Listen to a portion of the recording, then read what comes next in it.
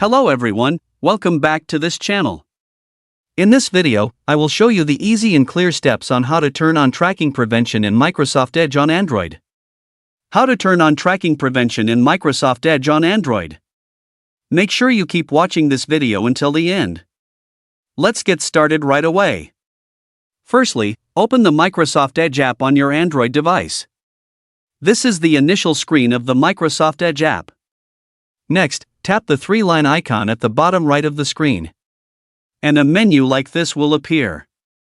Tap the Settings menu. Tap Privacy and Security menu. Tap the Tracking Prevention menu. And tap Tracking Prevention. So that's it, tutorial how to turn on tracking prevention in Microsoft Edge on Android. Thank you for watching.